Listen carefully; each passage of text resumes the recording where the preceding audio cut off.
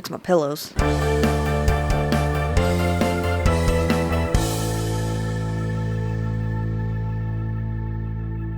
Hey guys, welcome. Hold on, I'm scrolling down my document here. Okay. So, I'm so excited. Let's go through this because today is book of the month. We did read a book for January, and now we get to open a new book for February. And it says number 8. I'm going to keep saying this. I promise she made me a list of which ones I'm supposed to open. And number 8 is this month. So I'm just going to avoid saying February as much as possible. Because why does it have an R in it? You know, 2 R's actually. Why does it have 2 R's and one in the most awkward place possible? Not the point. Okay, so a couple of things. For January, I opened this book. It's called The Dead House by Dawn Kurtagich.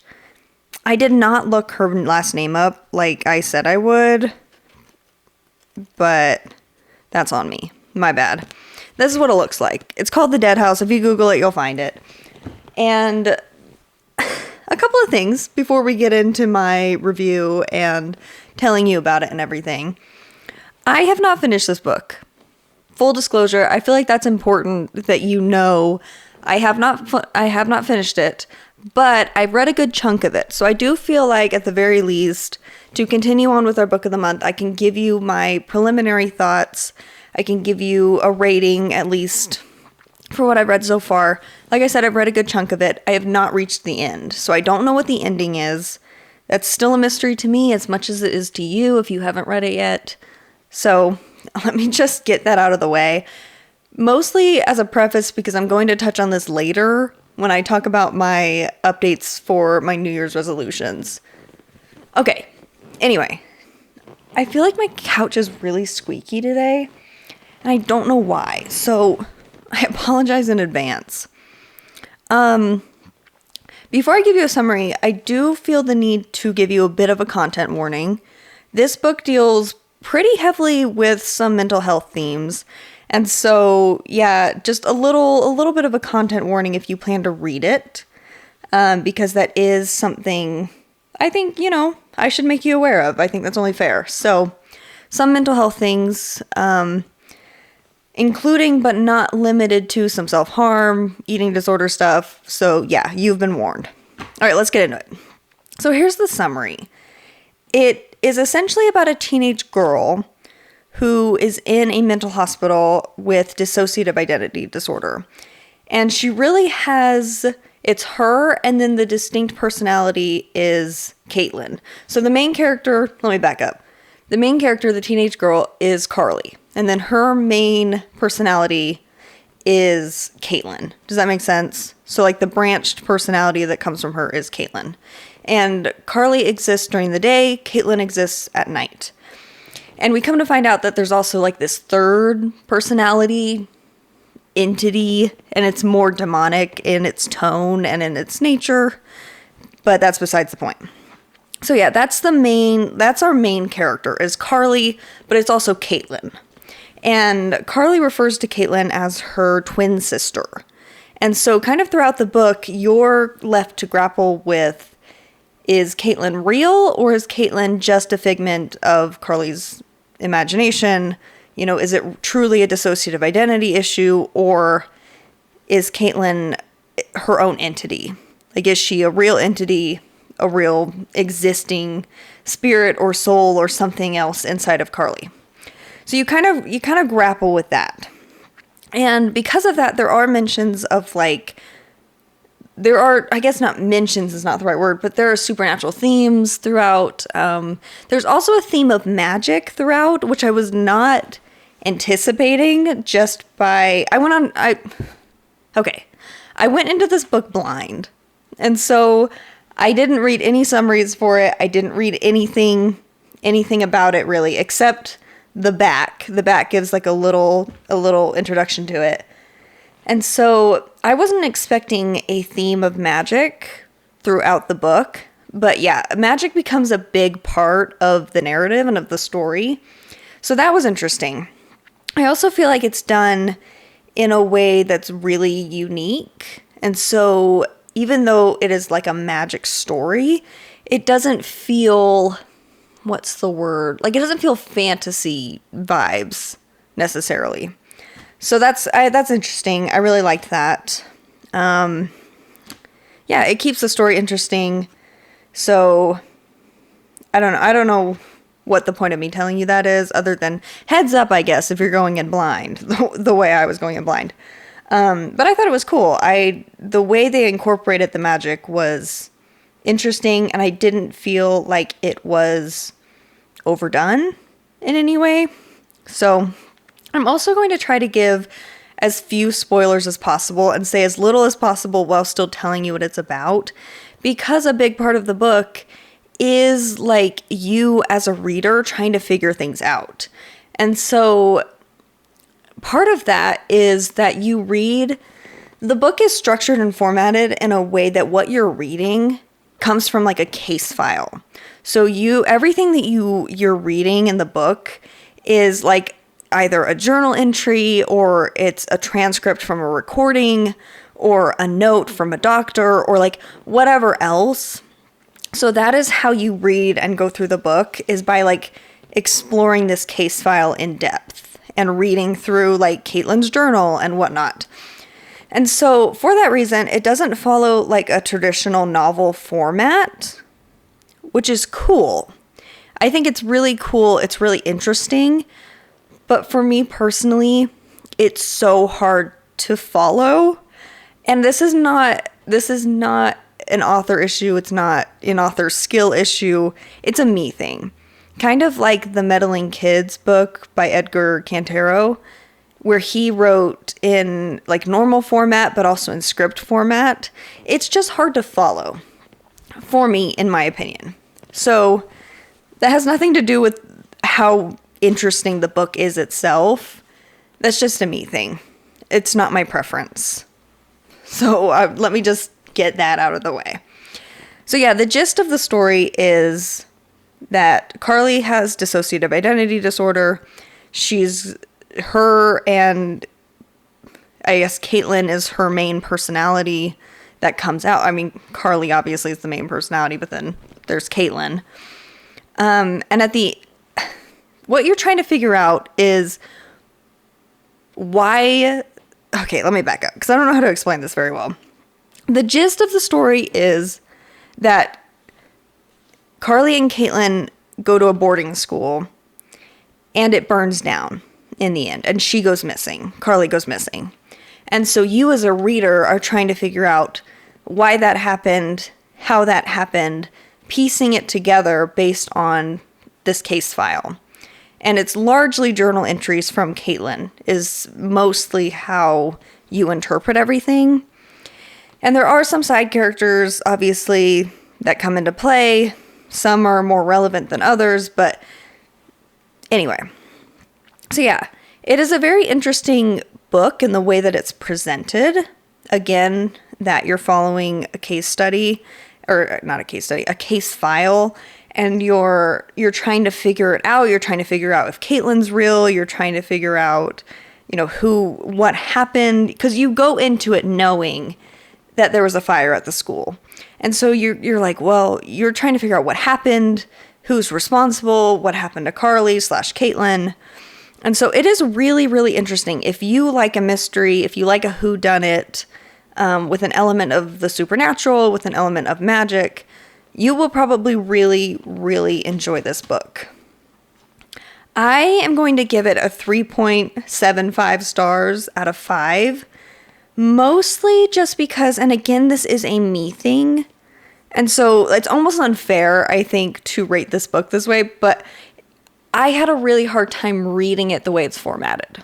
That's just the truth. And for other people, it might be just fine. Like, it might not be an issue for them. But for me personally, I had a really, really hard time reading it and following it with the way it's written. That's a preference thing. That's, again, not a reflection of the author or the story itself, because the story itself I actually really, really like. Just the idea of, is Caitlin real? And you kind of go back and forth on that and grapple with that as a reader throughout the book. I really enjoy that. I think that is a really fascinating take and a really interesting take. And so, yeah, I actually really liked it. I like the story. Obviously, we'll see what the ending's like because I haven't quite gotten there yet. But, yeah, 3.75 out of 5 is what I've given it. That was a lot of talking. I feel like anyway, I just kind of rambled for a while, but I'm trying not. The hardest part about these is that I want to tell you what the book's about without being too general, but also without being too specific to the point where you feel like you have just like read the whole book because I'm telling you everything that happened. Anyway, so let's move on because we do have a book for February. And again, it says number 8. I promise it's for February. But let's read the card first and find out. It is a much, I guess not much, but it is a thinner book than January was. Let's hold them up for comparison here. So yes, it is a wee bit of a thinner book. We'll see. Let's find out what the card says. Oh my. It just got a little skeleton on it. That's so cute. Okay.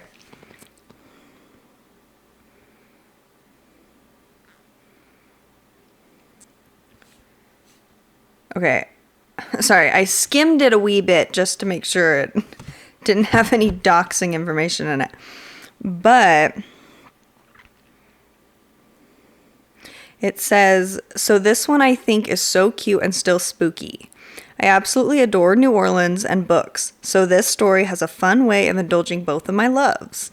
I hope you find it as cute and endearing as I do. Okay.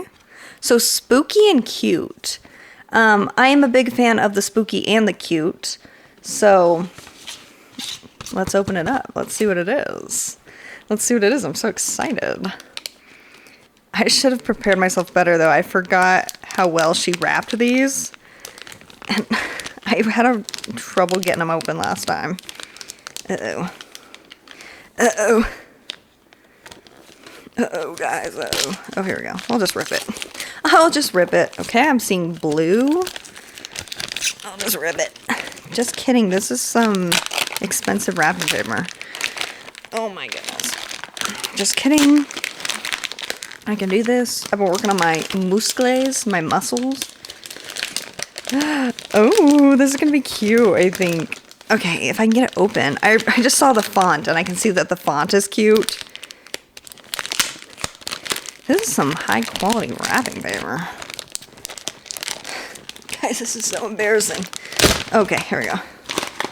Ooh, this is going to be so cute. I can feel it. Okay. Okay. Another author name I don't think I'll be able to pronounce, but this is what it looks like. It's really cute. It's called Vampires, Hearts, and Other Dead Things. This sounds right up my alley. It's by Margie Fuston? Oh boy, I don't know what it is, but this is going to be cute. This is going to be really cute. Let's see. Should I just read the back of it to you? It says, Victoria and her dad have shared a love of the undead since the first vampire revealed his existence on live TV. Public fears soon drove the vampires back into hiding, yet Victoria and her father still dream about finding a vampire together. But when her dad is diagnosed with terminal cancer, it's clear that's not going to happen. Instead, Victoria vows to find a vampire herself, so that she can become one and then save her father. Armed with research, speculations, and desperation, and helped by her estranged friend Henry, Victoria travels to New Orleans in search of a miracle. There she meets Nicholas, a mysterious young man, oh my, who might give her what she desires. But first, he needs Victoria to prove she loves life enough to live forever. Okay, I'm actually invested in this because I'm here for a vampire vetting system. Yeah, you know what? Yeah. Because if you're going to live forever, you should deserve to live forever. Like, you should have a zest for life. You should have a love for living. You know what I mean? Anyway, she agrees to complete a series of challenges, from scarfing sugar-drenched beignets to singing with a jazz band, all to show she has what it takes to be immortal. But truly living while her father is dying feels like a betrayal. Victoria must figure out how to experience joy and grief at once, trusting all the while that Nicholas will hold up his end of the bargain, because the alternative is impossible to imagine. Oh, okay. This is going to be really cute. I already know.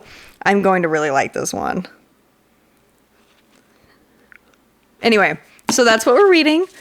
This is the perfect February one too, because it's like, I'm assuming they fall in love based on the title, which I don't mind a good romance if it's done well. So yeah, I'm really excited about this. And look how cute it is. It's so cute. So yes, again, I don't know the author's name. Maybe I'll look it up for next time. Maybe I won't. Don't hold me to it. But it's called Vampires, Hearts, and Other Dead Things. So cute. Okay, I'm really excited to start. I'm going to start reading this tonight because I'm so excited about it. Okay, anyway. That concludes Book of the Month. Exciting, wasn't it? A whole month has gone by in 2025. I feel like I've lived a lifetime. Anyway, moving on. So because a whole month has gone by in 2025, I feel like it's only fair to revisit the New Year's resolutions that I posed at the beginning of 2025. And, you know, I've had a full month to put these into action, to move forward with my goals. So let's see where we're at, you know? And I hinted at this earlier, but one of my New Year's resolutions, as you might recall, was to read one book a month. And that sounds easy enough. Genuinely, it sounds easy enough.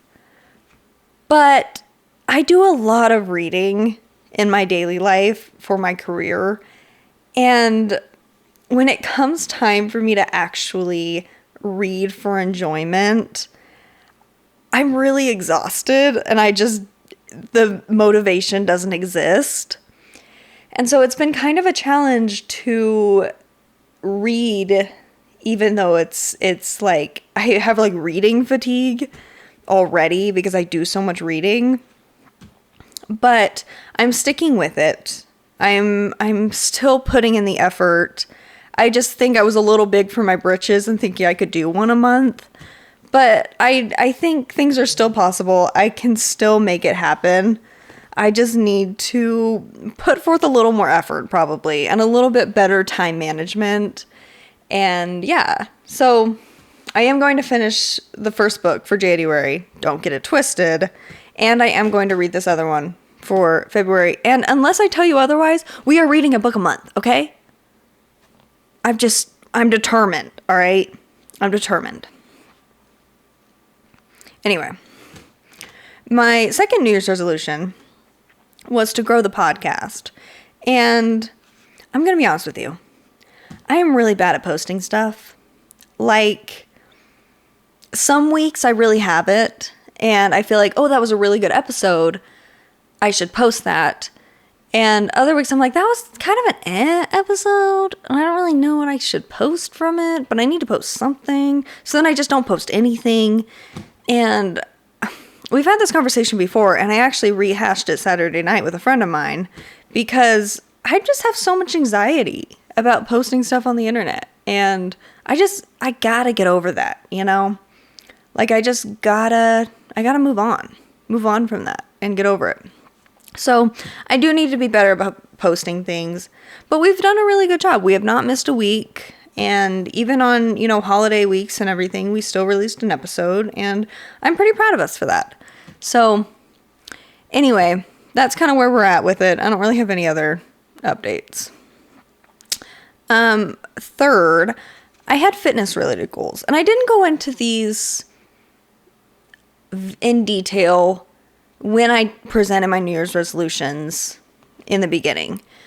But I've kind of had a change of heart about it because it's a balance to, if you're too vulnerable on the internet, it's kind of like, oh, what are we doing here? But if you're not vulnerable enough, then people don't connect with you. And so in the step of taking a step towards being a little bit more vulnerable and trying to find that, strike that balance and walk that line, let's talk about my fitness goals a little bit. So I have started tracking my macros and my calories. This was something that largely was off limits to me for a long time. So again, let me give you a trigger warning for what I'm about to say. I was anorexic for a long time, and I'm talking severely underweight. And as much as I have always loved fitness, and I've always loved running and weightlifting and everything else, I could not experience those things to the fullest because I was not fueling my body correctly. And that was just the reality. My hair fell out, we don't have to get into it. I was in bad shape. Like, that's just the truth. And I worked really, really hard to come back from that and to overcome a lot of those mental barriers and whatnot that kept me from properly fueling my body. But due to that, I have been underweight for a really long time. And my body is used to being underweight. And that's just the truth. And on top of that, I'm naturally pretty small. And that's... Don't call Bella Hadid. That is not me being like, good luck finding my waist, guys. That is just the reality. And I have a really hard time putting on weight. And so I've started tracking my macros and my calories because I'm in a place to be able to do that now. But it is so difficult to do. And so I joke a lot about being in my, I'm in my bulking season. I'm in my bulking era. But it's true. Like, as much as I joke about it, that is the truth. I am trying to put on weight. Just at least a little bit of weight right now. And because I was stuck in a place for so long of underfueling my body, eating more than the required calories is really difficult. And so I'm still struggling a little bit to find, to be able to do that. And so I know how to restrict, but I don't know how to eat more than I need. And so having lived so long in restriction, swinging to the other side and eating more than you need and purposefully gaining weight is really hard. And so, yeah, I'm still trying to do that. I hit my protein goals really well, and protein has never been an issue. I've always been able to hit my protein goals. It's the carbs, and it doesn't matter what I do. I am just not getting enough carbs, and I just, that drives me crazy. Carbs are in everything, essentially. So why am I not getting enough carbs? But anyway, I have a good friend who goes to my gym, and she is giving me advice because she is a big gym person, and she's, does all her macros and calories and everything. And so she's giving me advice, but it's really hard. It's difficult. So yeah, in the interest of being vulnerable, those were my fitness goals. My fitness goals were to put on weight and to put on muscle. And, the going to the gym thing I have down. I've always been a relatively active person. And I've always, I've talked about it before. I've been in the gym in and out, throughout my life. I understand how to build muscle. I understand, what goes into it. And so the actually getting to the gym and working out part is not an issue for me. I go every morning. I'm in the gym 5 days a week. It's the eating. And you can work out as much as you want, but if you don't eat correctly, it's probably not going to do anything for you. And so I just have to come to terms with that. I just have to I don't know. I just am figuring it out, I guess. And that's the truth. So anyway, that's that. I don't know what number this is. 4, maybe? I think it's 4. Okay, number 4. I wanted to grow my bangs out. Technically, I want to grow all of my hair out, but mostly I want to grow my bangs out. And it's working. It's working. I am like slowly but surely, my hair is growing out. And I mean, these are what my bangs look like, which pretty good considering that they were cut to like here in, I think, October. They were above my eyebrows. Although, not a great measure to go by, seeing as I draw them on, and my eyebrows are different heights every day. You get what I mean, though. They were above my eyebrows, and so now they're like decently long. They were reaching almost the tip of my nose. So I'm pretty proud of that. I've also started wearing my hair more like natural in its curly, like natural texture, and I think that helps a lot just because it means I have to put less heat on it. It just air dries, and I don't have to blow dry it. I don't have to straighten it or anything. So overall, my hair is just healthier. Anyway, so that was number 4. This is my last one, is that I really want to learn how to juggle. And I have my juggling balls sitting right here. I joke a lot about becoming a clown. I don't know, man. One of these days, I might just up and do it. I might just go to clown school. Fuck it, we ball. Fuck it, we juggle. You know what I mean? Fuck it, we juggle balls. Anyway. So I didn't practice juggling at all last week. Remember when I was like, "Oh, these are my juggling balls. I'm gonna practice all week, and then I'm gonna show you." I didn't practice, but I did have Silver reach out, and he said he was telling me all about like the math of juggling, and so that was helpful. That was really interesting. I'd never heard that before, so that was cool. I guess in some ways I've gotten somewhere, but I've not practiced this week.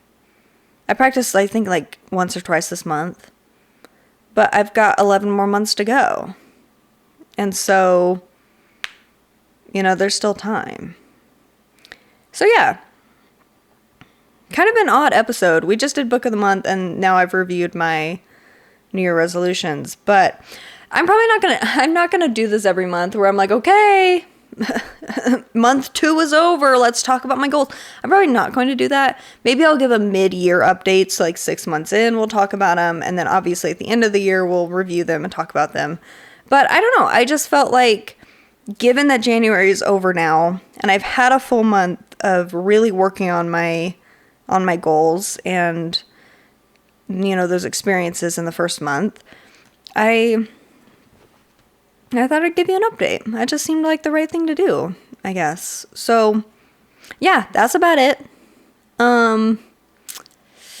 Sorry if you needed this episode to be longer than 40 minutes, because I don't think it is.